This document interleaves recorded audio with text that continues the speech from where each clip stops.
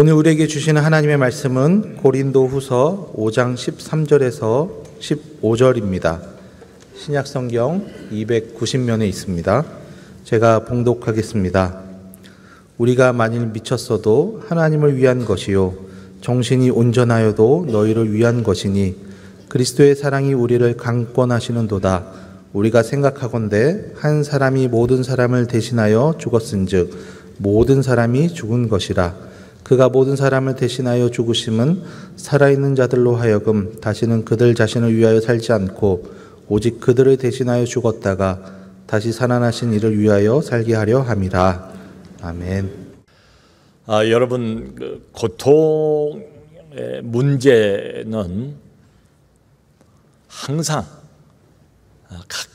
아주 가까이 있습니다. 우리 중에 고통이 없는 사람은 없으니까요. 그런 의미에서 고통이라는 것, 이 고통의 문제는 매우 익숙하다, 그렇게 볼 수도 있습니다.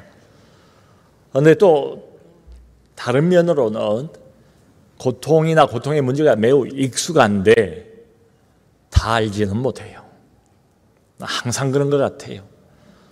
나이가 좀 들고 인생이 뭔가를 알 만한 그런 시기에도 고통의 문제, 그 미스테리 같아요. 그 신비의 요소가 늘 남아 있어요. 왜 이러는가 잘 모릅니다. 예수를 믿는 신자라고 해서 고통을 비껴나갈 수 있는 것은 아닙니다.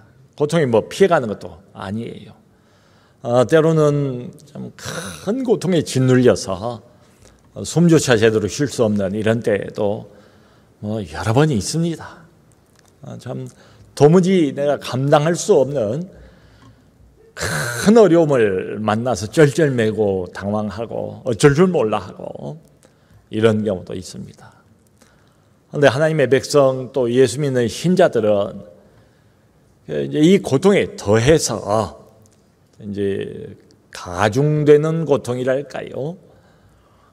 하나님을 믿는데, 하나님이 살아계신 것을 아는데 왜 이 고통을 내게 주시는지 그 이유를 몰라서 힘들 때가 많습니다. 성경에 보면 구약의 고통의 대명사가 욥 아닙니까? 욥이 어떤 사람입니까? 정말 하나님을 경외했던 사람, 경건하게 살았던 사람. 하나님도 그래서 칭찬하지 않습니까? 욥을 동방의 의인, 별명이 동방의 의인, 또 아주 부자 중에 부자가 하나님 제대로 믿고 의지하는 것은 참 거의 불가능할 정도로 어려워요. 근데 욥은 안 그랬다고 그러잖아요. 근데 그런 욥이 정말 이해할 수 없는 너무도 큰 고통을 겪잖아요. 아들 7, 딸 3이 한꺼번에 다 죽습니다. 한날 한시에. 또 그 많던 재산을 한꺼번에 다 잃어버려요. 그리고 자기 몸에는 머리끝에서 발끝까지 악창이 나서 제 위에서 기와 조각으로 그것을 긁고 있는 게 자기의 일상이 되어버렸어요. 근데 더 힘든 건 하나님이 왜 이 고통을 내게 주셨는지 이유를 도무지 알 수가 없어요. 욥의 세 친구들이 위로하겠다고 멀리서 왔는데 위로는커녕 오히려 욥의 고통을 계속 가중시키지 않습니까? 나중에 욥이 하나님을 한번 직접 만나서 변론을 하고 싶다. 하나님 만나서 한번 물어보고 싶다. 왜 이러시는 건지. 근데 욥기 23장을 보면 그런 고백을 해요. 욥이 단식을 하면서 내가 앞으로 가도 하나님을 볼 수가 없고 뒤로 가도 하나님을 만날 수가 없다. 아마 많은 사람들 그럴 것 같아요. 나는 한다고 했는데, 최선을 다했는데 하나님을 위해서 이게 뭔가, 왜 이런 어려움을 주시는가. 한편으로는 억울하기도 하고 또 한편으로는 원망스럽기도 하고 정말 하나님을 직접 만나면 한번 따져서 물어보고 싶은 이런 심정이 굴뚝 같은 이런 사람도 많을 것 같아요. 하나님 도대체 내게 왜 이러시는 겁니까? 여러분, 우리가 여기 예배 드리는 이 장소는 미랄 학교의 체육관입니다. 벌써 꽤 오랫동안 이 장소를 사용을 해서 우리가 주일마다 예배를 드립니다. 성도들이 예배당 짓지 말고 우리가 이 장소에다가 어려운 특수장애, 발달장애 아이들, 자폐 아이들을 위한 학교를 세우자. 그렇게 다 뜻을 모아서 이 학교를 세운 거예요. 그런데 여기 이렇게 버젓이 강남 땅 한복판에 장애 학교가 세워진 데는 그 동기가 있었어요. 그 동기. 쭉 추적을 해보면 그 당시에 오래전이죠. 저희 교회 나오던 어떤 집사님이 아이가 이제 발달장애입니다. 여자 집사님이 원로 목사님에게 진심으로 마음을 담아서 그런 이야기를 하더래요. 목사님, 나는 소원이 내 아들이 먼저 죽고 그리고 그 다음 날 내가 죽는 게 정말 진심의 소원입니다. 그게 시발점이 됐습니다. 고통이지요.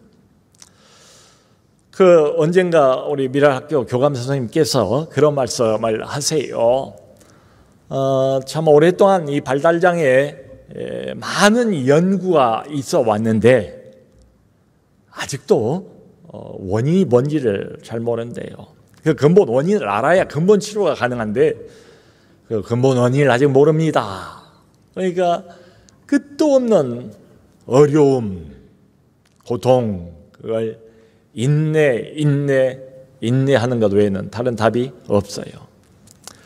제가 한 달에 한 번씩 우리 교구 목사님들의 기도를 교구 안에서 좀 더 무거운 어려운 성도들이 있잖아요. 그 기도용을 제가 받습니다. 받고 이제 저도 그걸 보면서 늘 기도를 해요.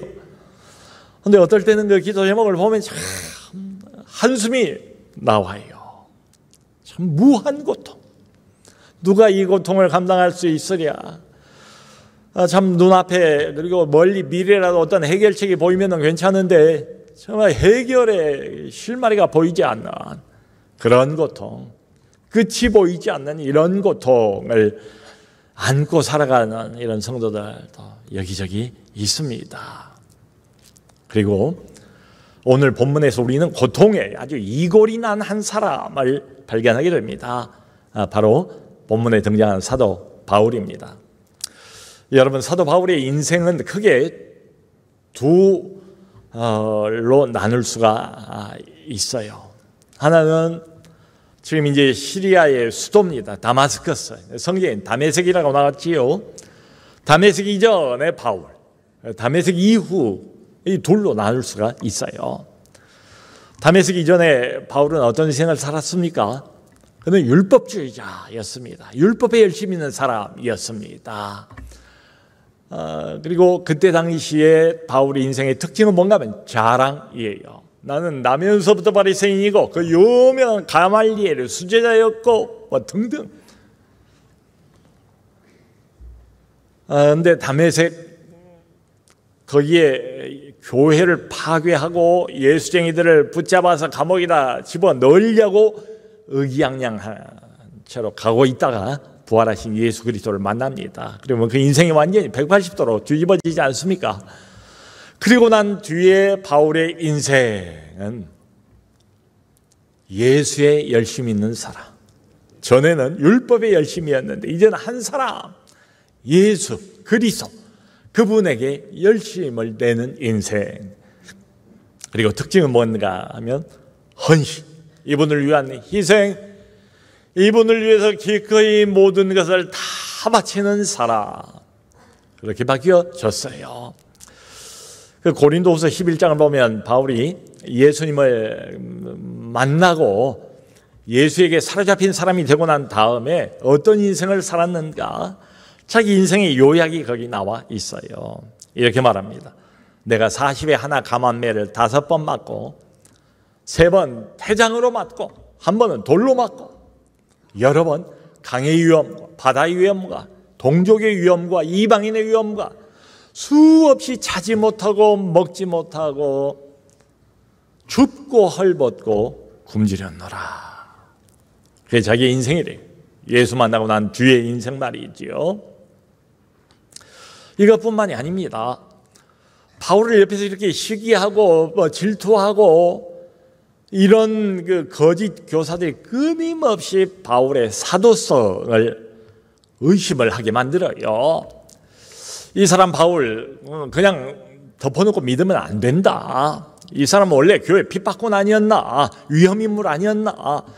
이 사람은 예수님이 살아생전에 단 한 번도 예수님을 실제로 만나본 적도 없는 사람 아닌가? 별별 소리를 해가면서 바울의 사도성을 의심하게 만들었습니다. 그래서 고린도후서 1장을 보면 바울이 아시아에서 큰 또 어려움과 환난을 만났는데 그걸 이렇게 고백을 합니다. 힘에 겹도록 심한 고난을 받아 살 소망까지 끊어지고 그런 어려움을 당했다는 거예요. 그래서 고린도후서 5장을 보면 바울이 이런 고백을 해요. 자기 자신이 정말로 원하는 바는 지금이라도 차라리 몸을 떠나 주님과 함께 있는 그것이라. 이 땅에 별 애착 없고 관심 없고 정말로 자기가 개인적으로 원하는 것은 지금이라도 당장 이 몸을 육신을 떠나서 주님과 함께 있는 그것이다. 교회가 필요해서 주님이 아직 나를 이 땅에 필요해서 놔두신 줄 아니까 그래서 섬기는 것이지요. 여러분 그런데 이렇게 늘 고통에 시달렸던 바울 참 이 고통의 달인이라고 부를 수도 있을 것 같아요. 그런데 이런 바울이 자신이 당하는 고통에 단 한 번도 굴해 본 적은 없어요. 두 손 들고 항복을 해본 적도 없어요. 성경을 보면 참 신기하지 않습니까? 정말로 다양한 고통을 끝없이 육체적인 고통, 관계적인 고통, 여러 고통을 끝없이 받았는데 그 고통을 다 참고 다 인내하고 다 극복하고 그리고 끝까지 사역을 잘 감당을 해요. 그래서 이런 질문이 생깁니다. 도대체 바울은 어떻게 해서 이 고통을 이처럼 잘 극복하고 인내할 수 있었을까? 그 대답을 우리는 아까 읽은 14절에서 찾습니다. 그리스도의 사랑이 우리를 강권하시는도다. 아멘. 그리스도의 사랑이 우리를 강권하시는도다. 코로나 이전에 우리 크리스찬들의 어떤 순교 유적지가 전라도 쪽에 많아요.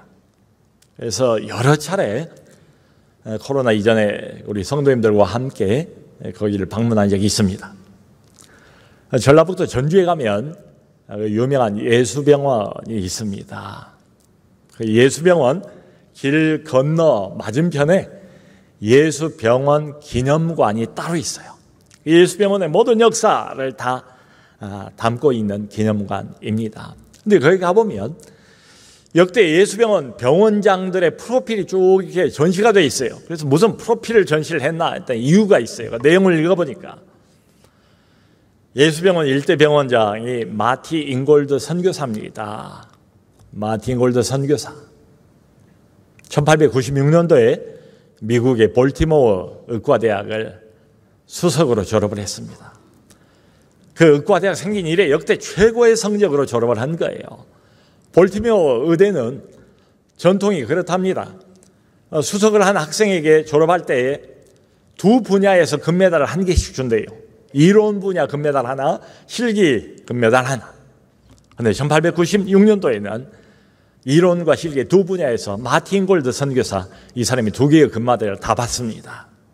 그리고는 그 다음 해인 1897년 나이 30살 처녀의 몸으로 2달 동안 배를 타고 항해를 해서 인천 제물포항에 조선 땅으로 들어오게 됩니다. 그리고는 그 다음 해 1898년 전주 지역으로 내려가서 병원 진료소를 개소를 해요. 첫날 병원을 열었는데 첫날 6명 환자를 치료를 했습니다. 이게 바로 예수병원의 시발점이었습니다. 본인은 전혀 이렇게 되리라고 몰랐지요. 그래서 쭉 보니까 7대, 9대, 11대 예수병원 병원장은 한국 이름이 구바울이에요. 구바울. 영어 이름은 폴 크레인입니다. 근데 이 구바울 선교사는 그 유명한 존스 홉킨스 의대를 졸업한 사람이에요. 그때 당시에는 뭐 위생 개념, 뭐 무슨 의료 시설, 뭐 잘 갖춘 병원 이런 게 어디 있겠습니까? 그래서 기생충이 굉장히 많았습니다. 근데 이 구바울 선교사 폴 크레인 이 사람이 우리나라 기생충 방면에 아주 혁혁한 공을 세운 선교사님이세요. 그다음 보니까 12대가 한국 이름이 설대위 선교사예요. 영어 이름은 데이비 실입니다. 이 사람은 미국의 뉴올리언즈 의대를 역시 수석으로 졸업을 했어요. 외과 의사입니다. 근데 얼마나 수술을 잘했던지 영락 없이 죽을 수밖에 없는 사람들을 많이 살려냈대요. 그러니까 이 소문이 퍼지니까 항상 이 의사를 좀 만나려고, 수술 받으려고, 진찰 받으려고 많은 사람들이 늘 기다렸다는 기록이 남아 있습니다. 한 번은 죽을 수밖에 없는 사람인데 16시간을 사투를 벌리면서 마라톤으로 수술을 해가지고 사람을 살려냈어요. 중간에 뭐 밥 먹을 시간이 제대로 어디 있겠습니까? 빵과 우유로 끼니를 때우면서 16시간을 수술을 마치고 그 사람을 살려냈다. 그 기록이 아직도 그대로 남아 있어요. 참 그래서 이런 의문이 들더라고요. 말 그대로 장래가 촉망된 이런 젊은이들, 미래의 영화가 포장이 되어 있는 이런 젊은이들, 이 사람들이 부와 모든 명예를 다 뒤로 하고 당시만 해도 캄캄한 조선 땅, 조선이 무슨 나라인지 어디에 붙어있는지도 대부분 사람들이 알지도 못하고 관심도 없는 그때에 그 캄캄한 조선 땅까지 왜 왔는가? 왜 와서 이렇게 무수한 고생을 했던 것인가? 그 대답을 우리는 역시 14절에서 듣습니다. 그리스도의 사랑이 우리를 강권하신도다. 여러분, 강권이라는 말의 의미가 뭐겠습니까? 내버려두지 않는다는 뜻 아닙니까? 그리스도의 사랑이 나를 밀어낸다는 뜻 아닙니까? 머물지 못하도록, 가만히 있지 못하도록 그리스도의 사랑이 우리를 강권하신도다. 그 예수병원 바로 옆에 보면 전주지방에 와서 거기 뼈를 묻고 순교한 외국인 선교사들의 묘지가 있어요. 그 외국인 선교사 묘지 이렇게 들어가 보면 그 안에 맨 앞에 입구에 전위렴 선교사의 묘비가 서 있습니다. 영어 이름이 윌리엄 전킨입니다. 전위렴 선교사. 이분은 원래가 군산의 영명학교, 군산으로 가서 영명학교를 세운 사람이에요. 나중에 전주로 옮겨와서 전주에 그 유명한 기전여학교를 세운 사람입니다. 기전여학교라는 그 이름 자체가 기억하자 전킨 선교사를, 그 지방에서 수고했던 여러 선교사들이 함께 세웠습니다. 그런데 너무 이 전킨 선교사의 헌신, 공헌, 이 백성을 사랑하는 불타는 뜨거운 마음, 모든 걸 다 주고 간 거예요. 그래서 기억하자 전킨을 해서 학교 이름 자체를 아예 기전여학교 그렇게 붙였어요. 당시 뭐 여기저기 쉬지 않고 복음을 전하면서 산을 넘고 내를 건너고 이런 때 아닙니까? 무슨 길이 잘 나 있겠습니까? 뭐 숙박할 만한 좋은 호텔이 있겠습니까? 여름 같으면 이제 주막에 이렇게 묵어 가면서 복음을 전하는데, 주막에 가면 그때만 해도 모기 그리고 빈대 덜 시달리고, 또 여름에 갑자기 홍수 때문에 불어난 냇물에 휩쓸려서 위험한 적도 있고, 겨울에 또 복음을 전하러 나가다가 가스불에 중독이 돼가지고 죽을 뻔한 이런 일도 있고 말이죠. 근데 이 사람이 건강한 사람이 아니에요. 몸이 약한 사람입니다. 이 전킨 선교사가 말이죠. 그래서 이 전위렴 선교사, 참 이거 내버려두면 죽겠다. 이 선교사 이 열심에 그냥 물불을 안 가리고 열심을 내면서 복음을 전하는데, 이 사람을 선교부에서 그래서 보호해야 되겠다. 이 사람 잘못 내버려두면 어떻게 큰일 날지 모르겠다. 그래서 다른 선교 활동을 다 중단시키고 전주의 대표적인 교회지요, 서문교회에 담임 목사로 파송을 해요. 선교부에서 담임 목사로 서문교회로 파송을 하면서 희한한 조건 하나를 붙입니다. 가만히 보니까 정기인 선교사 열심히 누가 못 말려요. 그래서 담임 목사 활동을 하되 목회 활동을 하되 선교 활동을 겸해서 하는 것까지는 허락하겠지만 그 선교 활동의 범위를 20리 안으로 제한을 한다. 여러분, 세계 선교 역사에 이런 희한한 조건을 붙인 이런 경우가 있는가? 참 전무후무한 특별한 명령 조건이 아닌가. 그러니까 선교사를 염려하고 선교사를 보호하기 위해서 선교부에 특단의 조치를 내린 거지요. 멀리 가지 마라. 20리 안에서만 선교 활동을 하라. 오죽했으면 그렇겠습니까? 근데 그 타고난 열심, 주를 향한 열심이 어디 가겠습니까? 서문교회 담임 목회를 하면서도 교회 6개를 개척을 합니다. 그리고 또 고아원을 여러 개를 설립을 해요.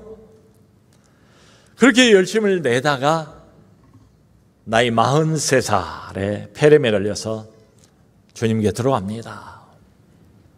43살, 참 아쉬운 나이에요.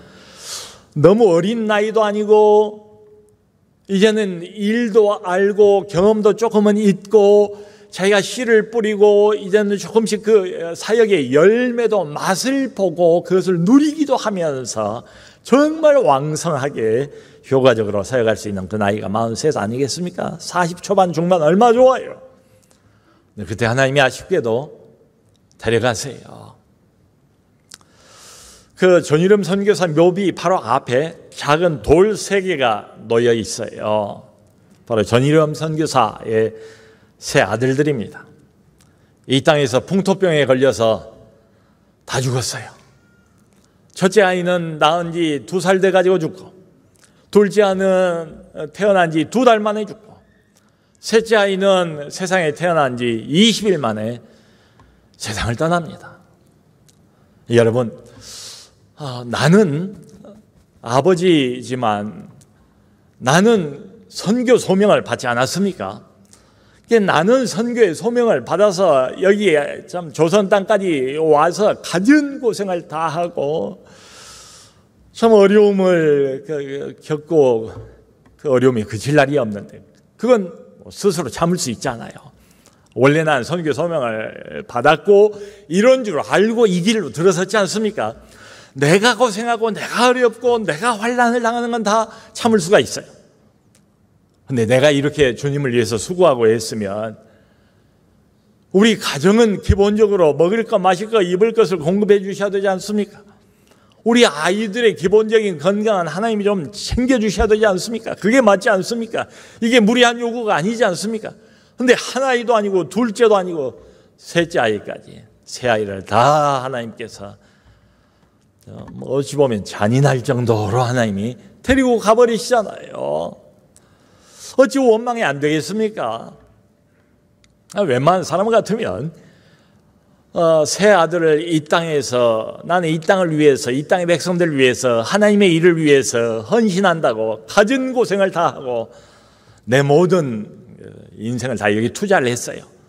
근데 하나님이 세 아들들을 차례로 다 데리고 가버리셨습니다. 웬만한 사람 같으면 그냥 가슴에 큰 대못이 박혀서 더 이상 여기 견디지 못할 것 같아요. 선교지를 떠날 것 같아요. 본국으로 돌아가 버리고 다시는 이쪽을 향해서 바라보지도 않았을 것 같아요. 너무 상처가 많으니까, 너무 한이 많으니까 말이죠. 선교사지만 인간 아닙니까? 선교사이기 전에 한 가정의 아버지 아닙니까? 세 아이를 다 잃어버렸습니다. 근데 정긴 선교사는 결코 이 땅을 떠나지 않았습니다. 떠나지 않았을 뿐만 아니라 본인도 이 땅에 결국 목숨을 내놓은 거예요. 뼈를 묻은 거예요. 여기서 순교를 한 거예요. 정말로 희한하고 이해가 안 되는 것은 정긴 선교사가 죽기 전에 남긴 말이 이것이었습니다. 나는 조선 땅에서 참으로 행복한 사역을 했습니다. 나는 조선 땅에서 참으로 행복한 사역을 했습니다. 아니 무슨 행복? 세상적으로 보면 여기 있으면서 무슨 행복, 무슨 누림, 무슨 기쁨이 있었겠는가? 도대체 왜 정긴 선교사는 죽는 그 순간까지 진심으로 이렇게 고백할 수 있었는가? 나는 조선 땅에서 참으로 행복했습니다. 행복한 사역을 했습니다. 우리는 역시 같은 대답을 14절에서 듣습니다. 그리스도의 사랑이 우리를 강권하신도다. 그리스도의 사랑이 우리를 강권하신도다. 몇 년 전에 서서히 평온하게라는 영화가 나온 적이 있습니다. 기독교 영화예요. 엘리자베스 쉐핑, 한국 이름이 서서평이에요. 그래서 그 한국 이름, 그 한자 그대로 서서히 평온하게를 영화 제목으로 잡았어요. 아마 많은 분들이 보시고 은혜를 받으셨을 거예요. 저도 보고 많은 감동을 얻었습니다. 근데 그 영화가 나오기 전에 서서평 선교사에 대한 평전이 있었어요. 제목이 바보야, 성공이 아니라 섬김이야. 바보야, 성공이 아니라 섬김이야. 그게 책 제목이에요. 그 평전을 우리 교육자들과 함께 미리 읽었고 챕터 하나하나를 발표를 하고 서로 은혜를 나누고 참 그때 많은 격려도 받고 도전도 받았던 기억이 나요. 그 뒤에 영화가 나온 거예요. 원래 이름은 엘리자베스 쉐핑입니다. 독일계 미국인입니다. 1912년도에 32살 나이로 처녀의 몸으로 이 땅에 첫 발을 딛게 됐어요. 그리고는 이 땅에서 그때만 해도 많은 고아들이 있었고 과부들이 그렇게 많았어요. 그런데 14명이나 되는 양자와 양녀를 입양을 해서 키워냅니다. 38명이나 되는 많은 과부들을 훈련을 시키고 자립을 시킵니다. 그리고 특별히 전라남도 광주를 중심으로 해서 22년 동안 원래가 간호사였거든요. 가난한 사람들, 결핵 환자들, 나병 환자들 돌보는 일을 쉬지 않고 계속했어요. 그래서 이미 살아생전의 별명이 나 환자들의 어머니 이런 별명을 가지고 있었습니다. 그러다가 나이 54세, 54살에 만성풍토병, 과로 그리고 영양실조로 숨집니다. 참 이 땅에 와서 22년 동안 서서평 선교사에 대한 평가가 이래. 이 땅에 와서 조선 사람들의 친구로 산 게 아니고 이 사람은 조선 사람으로, 조선인으로 그렇게 살았다. 그 사진들을 보면 한복을 입고 살고 보리밥에 된장국을 먹으며 살고 또까지 고무신을 끌면서 그렇게 살았어요. 이 서평 선교사가 죽었을 때에 광주에서 최초로 시민사회장으로 장례식을 치러 주었습니다. 그래서 당시에 그 풍경을 보면 운구행렬에 가는데 수천 명의 시민들이 그 뒤를 따라가고 많은 나 환자들이 어머니를 오열하면서 따랐다라는 기록이 남아 있습니다. 당시의 일간지를 보면 이렇게 기록을 하고 있어요. 이 서 선교사는 살아생전에 다시 태어난 예수로 불리웠다. 살아있을 때에도 다시 태어난 예수로 불리웠다. 여러분, 여기가 당시만 해도 선교의 오지 중에 오지입니다. 조선이 어디 붙어 있는지 사람들이 몰라요. 관심도 없어요. 이 백성이 뭘 먹고 사는지, 문화가 뭐고 풍습이 뭔지 모릅니다. 그럴 때입니다. 그래서 오지의 선교사는 4, 5년마다 반드시 1년 유급 휴가를 주게 되어 있습니다. 그런데 서서평 선교사는 조선 땅에 온 지 17년 6개월 만에 처음이자 마지막으로 안식년을 갔습니다. 1929년입니다. 그런데 안식년을 맞이해서 미국으로 돌아가려고 해도 배삭이 없어가지고 배삭을 동료 선교사들이 모아가지고 대줬다. 선교비가 부족해서 그런 건 아니에요. 당시에 어떤 선교사들은 참 멋진 미국식 기와집에 살면서 레이스가 달린 멋진 드레스, 예쁜 드레스를 입고 주말이면 승마를 즐기던 그때였습니다. 또 일부이긴 하지만 일부 선교사들은 이 땅에 살면서 재벌 행세를 하면서 이 땅의 유지처럼 호합한 생활을 누리고 있던 그때입니다. 네, 서서병 선교사의 관심은 오직 사역밖에는 없었습니다. 선교부로부터 받은 상당히 많은 금액의 그 연봉 선교비를 절반을 딱 떼어서 광주의 금정교회, 지금은 광주 제1교회입니다. 큰 교회예요. 거의 11조로 드렸습니다. 그리고 자신은 자기를 그렇게 따랐던 박해라의 집 부엌에서 된장국에 물을 말아 먹어가면서 줄임배를 채웠습니다. 자, 이러다 보니까 동료 선교사들이 이 질시도 하고 질타를 계속했어요. 당신은 이제 생활에 규모가 없다. 모든 선교사들 망신은 통째로 다 시키고 있다. 그리고 이건 위선이다. 등등. 근데 서선교사가 죽고 난 뒤에 깜짝 놀랐습니다. 설마 이 정도일 줄 몰랐습니다. 남기고 간 유품을 보니까 담요 반조각, 동전 7장, 강냉이 가루 2홉, 이게 전부였습니다. 통장도 있었지만 통장에 잔 건 하나도 없습니다. 이미 다 다른 사람들 위해서 썼으니까요. 그러면서도 한결같은 기도 제목은 딱 한 가지. 주님, 하나님 나라가 조선 땅에 임할 수 있도록 나를 사용하여 주옵소서. 하나님 나라가 이 조선 땅에 임할 수 있도록 나를 사용하여 주옵소서. 유언에 따라서 자신의 시신마저도 의학 연구용으로 기증하고 말았습니다. 바로 장례식을 치르던 그날 동료였던 존 리스벳 선교사가 이 서서병 선교사의 유품을 정리하기 위해서 그 집을 방문을 했습니다. 그리고 거실에 들어갔을 때 그 거실 벽에 붙어있는 서서병 선교사의 좌우명을 발견했습니다. 영어로 적어서 거실에 붙여놨다는 거예요. Not success, but service.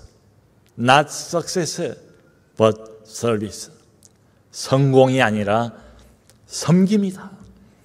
평생 서서병 선교사 삶을 움직여왔던 삶의 원리였습니다.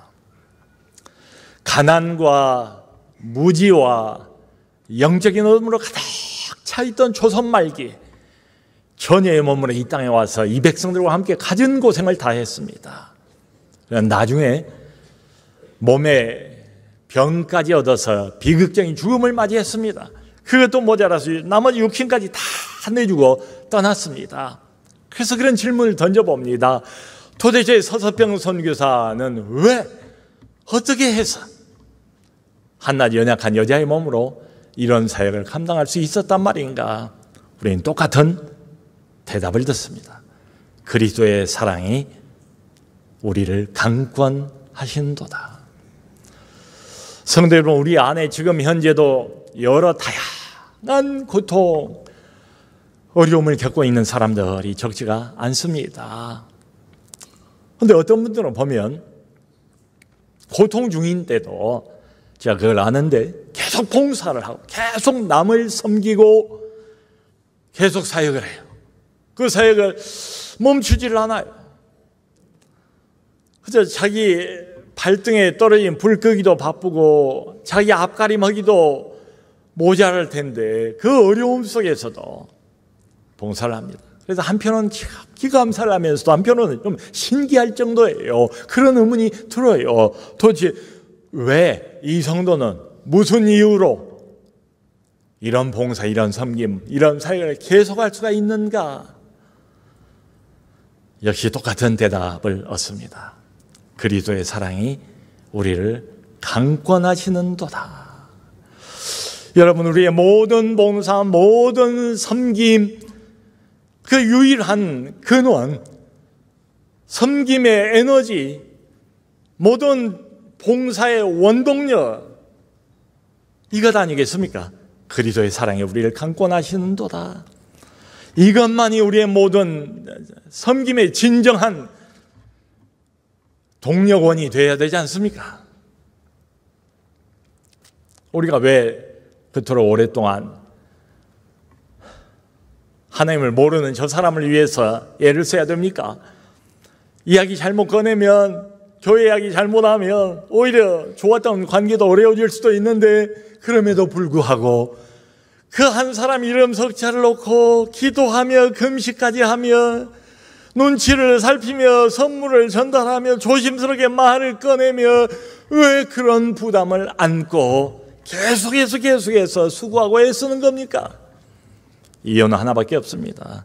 그리스도의 사랑이 우리를 강권하시는도다. 나를 그대로 내버려 두지 않는 그 사랑 말이죠. 우리 안에서 지금도 펄펄 끓어오르고 있는 그 사랑, 샘물처럼 솟아나는 그 사랑이 없다면 다른 모든 그럴듯해 보이는, 모든 좋아 보이는 크리스찬의 자격과 조건과 이런 것들이 다 갖춰졌다 할지라도 그리스도의 사랑이 없다면 생명이 없는 거나 마찬가지지요. 다른 이유는 여기에 끼어들면 안 됩니다. 우리의 모든 이후의 봉사, 섬김, 사역, 그리스도의 사랑이 우리를 강권하시는도다. 그러므로 사랑하는 성도 여러분, 언제나 이 사랑을 구하세요. 내 안에 부어진 사랑, 위로부터 오는 사랑, 나를 위해서 기꺼이 십자가에 매달려 자기 목숨을 내놓은 그 사랑, 그 사랑의 넓이와 높이와 깊이와 길이를 하나님이 더 알게 하시고 그 사랑에 사로잡히게 하시고 그 사랑을 구하고 어떤 환경에 놓여 있든지 그 사랑에 사로잡혀서 살아가는 우리 모두가 될 수 있기를 주 예수 그리스도 이름으로 축원합니다. 아멘.